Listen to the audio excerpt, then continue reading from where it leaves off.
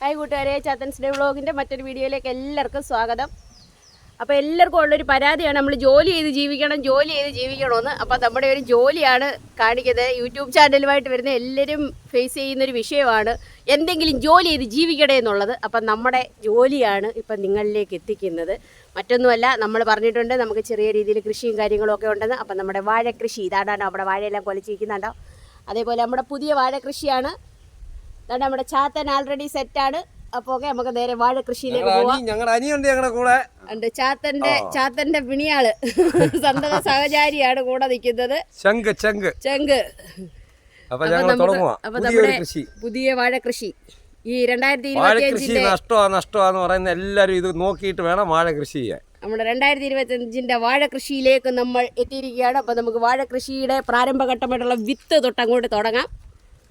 വേണ്ടോ നമ്മുടെ വിത്ത്, ഈ വിത്തെല്ലാം നമ്മൾ പറിച്ചുകൊണ്ട് വന്ന് ഇട്ടേക്കുന്നത് പിന്നെ വേറെ മേടിച്ചൊന്നും അല്ലാണ്ടാണോ. അത് നമ്മുടെ വാഴ ഉണ്ടോ, വാഴ ഈ വാഴയ്ക്കകത്തുനിന്ന് പിരിച്ചെടുത്ത വിത്തുകളാണ്. അപ്പം വേണ്ടോ നമ്മുടെ വിത്ത് പിരിച്ചു കൊണ്ടിട്ടിട്ടുണ്ട്. അപ്പം നമ്മുടെ വിത്ത് മുക്കി വെക്കുക. ഇതെന്തോത്തിലാണ് മുക്കുന്നേ? ഇത് കേടുണ്ടാവാതിരിക്കാൻ, പുഴുക്കേടുണ്ടാവാതിരിക്കാനും കാക്കടയ്ക്കാതിരിക്കാനൊക്കെ ഉള്ളൊരു മരുന്ന് പരത്തി മുക്കി വെക്കുക ചാണകത്തിനകത്ത്.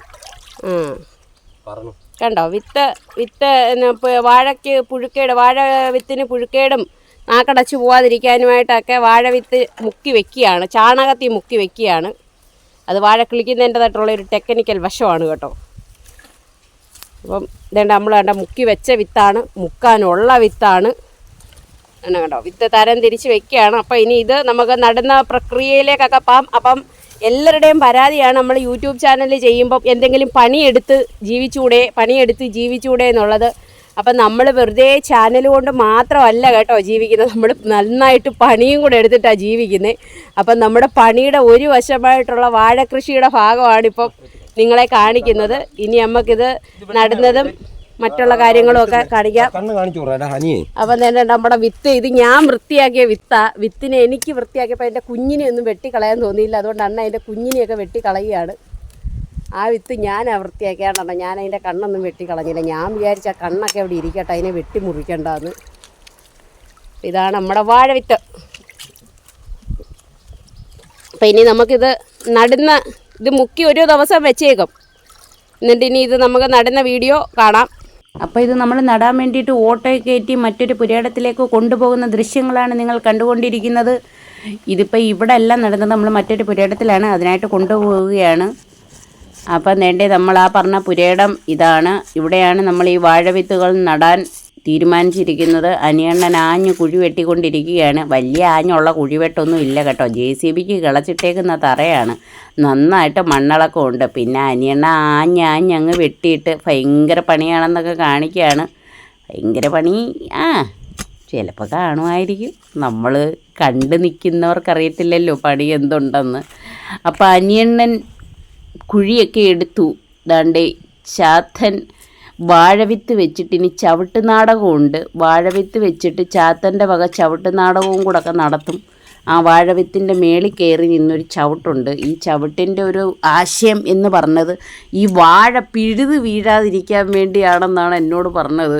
ഞാൻ ചോദിച്ചു, എന്തിനാണ് ഈ വാഴയെ കുഴിച്ചിട്ടിട്ട് ഇങ്ങനെ ചവിട്ടി മെതിക്കുന്നതെന്ന്. അപ്പോൾ എന്നോട് പറഞ്ഞത് വാഴ വളർന്നു വരുമ്പോൾ ആ വാഴ പിഴുതു പോകാതിരിക്കാൻ വേണ്ടിയിട്ട് മണ്ണിലിട്ട് നന്നായിട്ട് ചവിട്ടി ഉറപ്പിക്കണമാണെന്നാണ്. നല്ല സൂപ്പർ വെയിലായിരുന്നു.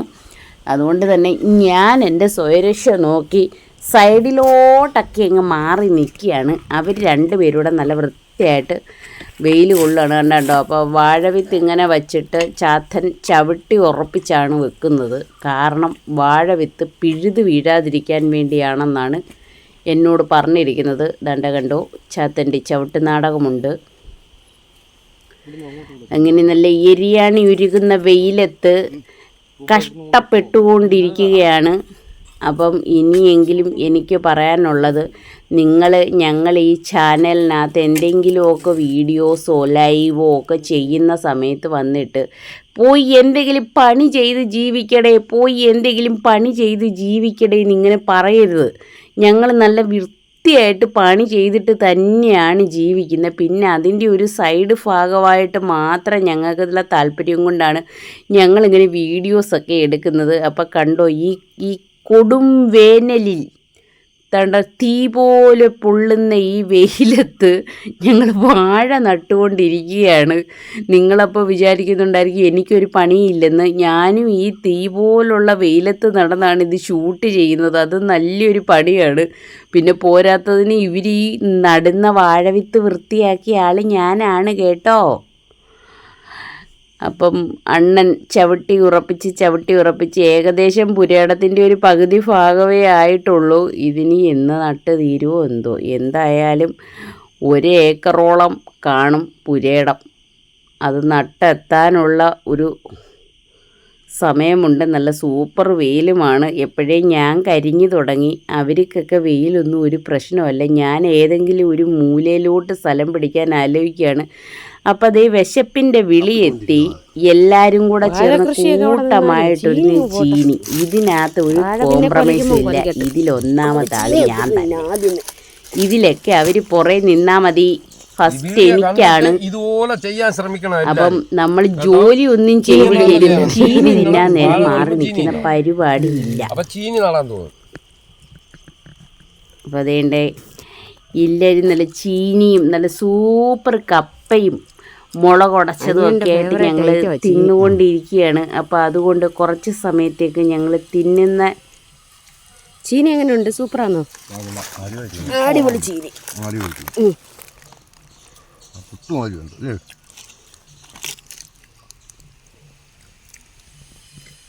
എല്ലാ സന്നാഹങ്ങളുമായിട്ട് നമ്മൾ എത്തിയേക്കുന്നത്.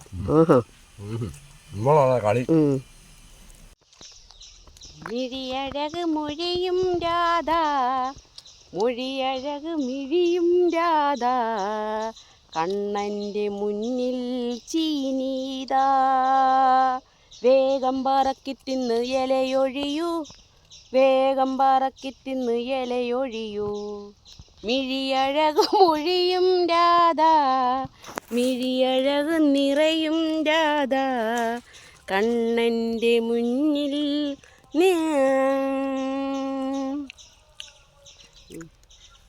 പാട്ടുപോയി കാണുന്നില്ല. ഉണ്ടോ? വാഴ നടുമ്പലേ ഇങ്ങനെ ചീനിയൊക്കെ പുഴുങ്ങി തിന്നണം. അല്ല പത്തിരിക്കാരനെ കൊണ്ടുപോയി കാശ് കൊടുക്കരുത്. പത്തിരിക്കടയിൽ കൊണ്ടുപോയി കാശ് കൊടുക്കാനാണെങ്കിൽ വാഴക്കൃഷി നഷ്ടമാണ്. ചീനിയിൽ നിന്ന് വെള്ളമൊക്കെ കുടിച്ചിരിക്കുകയാണെങ്കിൽ ലാഭമാണ്. അപ്പോൾ കൂട്ടുകാരെ, നിങ്ങൾക്ക് എല്ലാവർക്കും നമ്മുടെ ചീനി തീറ്റിയും വാഴനടിയിലും ഒക്കെ ഇഷ്ടപ്പെട്ട് കാണുമെന്ന് ഞാൻ വിചാരിക്കുന്നു. അപ്പോൾ ഇങ്ങനെ വാഴ കൃഷി ചെയ്താൽ ഇടയ്ക്ക് ചീനിയൊക്കെ തിന്നാം. അപ്പോൾ പിന്നെ കൂട്ടുകാരെ, ഞാൻ നിങ്ങളോടൊരു കാര്യം പറയട്ടെ. നമ്മുടെ വാഴയെല്ലാം ഇപ്പോൾ കുഴിച്ചെത്തി വെച്ചിട്ടുണ്ട്. അപ്പം ഇനി വാഴ കിളിച്ച് വന്നെങ്കിൽ മാത്രമേ നമുക്കതിനെ കാണാൻ സാധിക്കത്തുള്ളൂ. അപ്പോൾ ഈ വീഡിയോ എല്ലാവർക്കും ഇഷ്ടപ്പെട്ട് കാണുമെന്ന് വിചാരിക്കുന്നു. അപ്പോൾ ഓക്കെ ബൈ. വാഴ കിളിച്ചതിന് ശേഷം നമുക്ക് അടുത്ത വീഡിയോയിൽ വീണ്ടും കാണാം.